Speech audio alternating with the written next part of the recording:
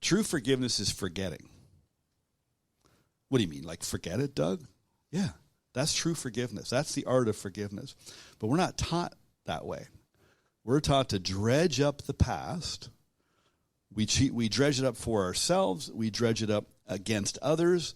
We use it against other people. We use it against ourselves. And so when I got that, I go, like, I just got to forget it. Now, I recall it. My memory recalls it because, I wrote the books. I had to recall memory to write. But I don't think about it anymore. I don't talk, like Bob says, stop talking about it.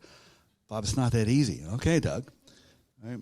And so the idea of the art of forgiveness, of forgetting it, means that I just don't take my mind back to it.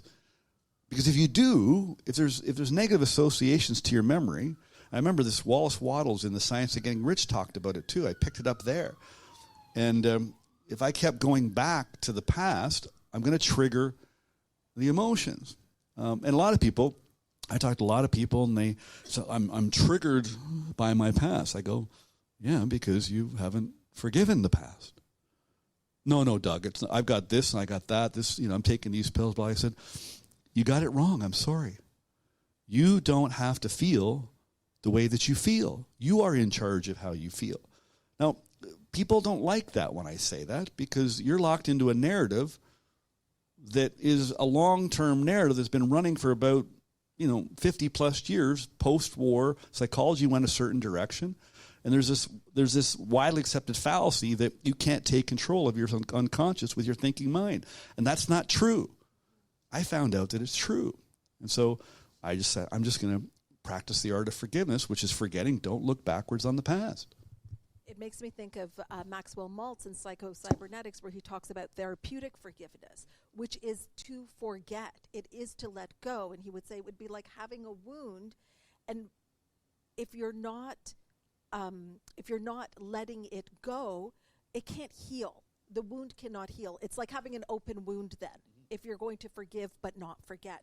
So that piece is very important. And it was like what Bob would say that Michael Beckwith had said about harvest the good, what is it? Harvest, it is what it is, harvest the good, and then forgive the rest. Yeah. Let it go. Yeah. And you say on page 74, when I started to see my abuse as a gift, I was lighter. That was a turning point. How did you start to see your abuse as a gift? See, it's just a perception change. I started to look for the gifts, because there has to be, and I didn't know this till I started studying what Hannah teaches so well on her team. What Bob taught me, Maxwell Maltz. I think that is the owner's manual on your mind and your life. If you don't feel good, get that book. Get mine first. I make it faster and easier. I do it in 30 days. It took me years with him. No, I'm kidding. I just started to look for the gifts, and what was happening, unbeknownst to me, and then when it became apparent, I got really uncomfortable. I started working with people, and because, I have no degrees, I didn't go to school, I barely got into grade 10. I have no degrees at all, but I have a high degree of experience.